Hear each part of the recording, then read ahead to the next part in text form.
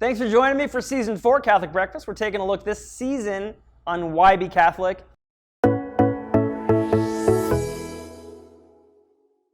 Special shout out to Mr. Trent for writing this amazing book. It's called Why We're Catholic. Chapter 5, I believe, is the chapter that this video is loosely based on. And it's about, does evil disprove God? What we're discussing today is the argument from evil, as it's called, or the problem of evil in philosophy and theology. I agree with a lot of people who have said this. I think the argument against God's existence based on evil is emotionally the strongest, but it's not logically all that strong. So that's what we'll get into. But just the other day, a woman at the parish stopped by and told me that she said, I don't think God exists. I just don't think God exists anymore. And I said, well, why not? And she just started to tell me about how much she's been suffering lately. She wasn't making like a valid argument against God's existence. It was more of like an existential crisis. So I'm not like bad-mouthing her or downplaying it. This is an emotionally very powerful argument. It's emotionally powerful. It's rhetorically powerful. It can make us question God's existence. Like who doesn't cry out why to the sky when we suffer? But let's get at it logically and philosophically to see how the Catholic Church helps us understand that the answer to this question is no, evil does not disprove God. A little warning, you don't use these arguments with people at the wrong time. Like I would not have given these arguments to this woman who's suffering. This is about how we think rationally about these things, okay? So please don't go to a funeral home and use these arguments. There's a time and a place for everything. Are you with me? All right. So let's try to just understand what we mean by the word evil and the word God. First, what is evil? Evil is not a thing. It is a lack of something. Evil is not a thing, it's a lack of something. And upon this, the whole thing is going to hinge. To say it's not a thing, it means that evil is a kind of disruption. It's, to use the classical expression, it's a privation of the good. It's the privation of something that should be there. So there's basically two kinds of evils or lack, privations. A moral evil is the lack of a goodness in a free agent. A moral evil is when someone should make a good decision, but they make a bad decision. There's a natural evil. That's when something that should be there naturally but isn't there, but it's not freely chosen by an agent, like a cavity in a tooth is a lack of a healthy tooth. Cancer is the lack of organization in a cell. It should be helping an organ or a limb to be what it is, but it's lacking that organizational power.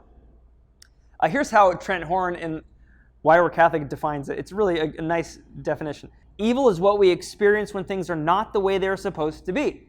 That's a really cool definition because evil is a human phenomenon in the sense of what we experience. Animals don't experience pain the way we experience pain as evil. Because you have to have in your mind, it should be another way, but it's not. Animals don't have that. They don't seem to have that same capacity that we do to extrapolate how it should be. They just sort of have pain. But we suffer evil. There's a suffering in it. Now, for God to actively choose any kind of evil, that would in fact disqualify him as God, because he's infinite goodness, and that would show a defect in his will. It'd be kind of moral evil in God. So that's off the table. If God exists, he can't actively choose evil. But for God to permit any kind of evil, that's the question we're dealing with here. It's technically called the permissive will of God. For God to permit an evil, whether a moral evil or a natural evil, without sufficient reason to do it, that in fact would point to a moral evil in God, and that would disqualify him as God. Now, here's where we can focus the argument. If God permits evil, and it seems he does, then he must have a sufficient reason to do it. That's the basic claim. Since evil is not a thing itself, that God is saying, I want this evil thing there, but he's allowing a lack or a void, a vacuum, a hole, a limp to be there. This allows the argument to actually move forward. God is permitting the evil because there's a good which he's protecting. So I'll just share with you, in my life, I've got a little niece who's just a couple weeks old, has serious physical issues. Is God permitting the evil of her organs not functioning right? Yeah, I'd say yes, he's permitting it. But now let's just say I'm God, and I say, I want her organs to be functioning perfectly, to not have that natural evil. Okay, now the organs are functioning right. Well, yeah, but she's still vulnerable. So I want her to be happy with no organs. Okay, now she has no organs. You know what else can hurt her? Is like things can bump into her, bullets and cars. So I want her skin to be made out of titanium. You know, another thing is she's so small. She'd be safer if she's bigger. I want her to be 700 feet tall. So do you see what we've just done? I want to protect the good, which is my niece. But I've just created a 700-foot titanium monster who's not my niece at all. Think about like the terrible evil of rape, right? It's a moral evil. So you want to protect someone's dignity and love. So I'm pretending I'm God.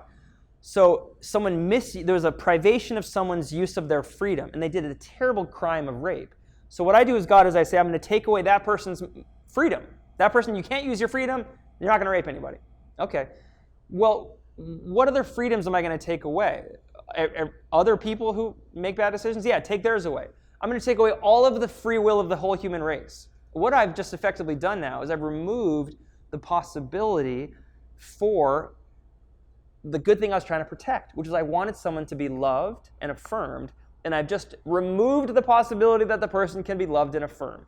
Something like that is going on in this argument. The claim here is that God permits evil to bring about a greater good, at least in principle. Now, this is what Trent uses in his book is he gets us into the reality of, okay, yeah, but what good could God possibly do? Could bring about to allow evils. I mean, any evil you want. The evil that I experienced this morning, small, all the way up to the biggest evils that any individual or the human race has experienced through history. He uses the Mona Lisa. Like, imagine someone is so close to the Mona Lisa that the person says, this is the dumbest painting I've ever seen. All they're seeing is just some black strokes, right? They don't have the aesthetic distance to take in the whole thing. Well, what's God's canvas?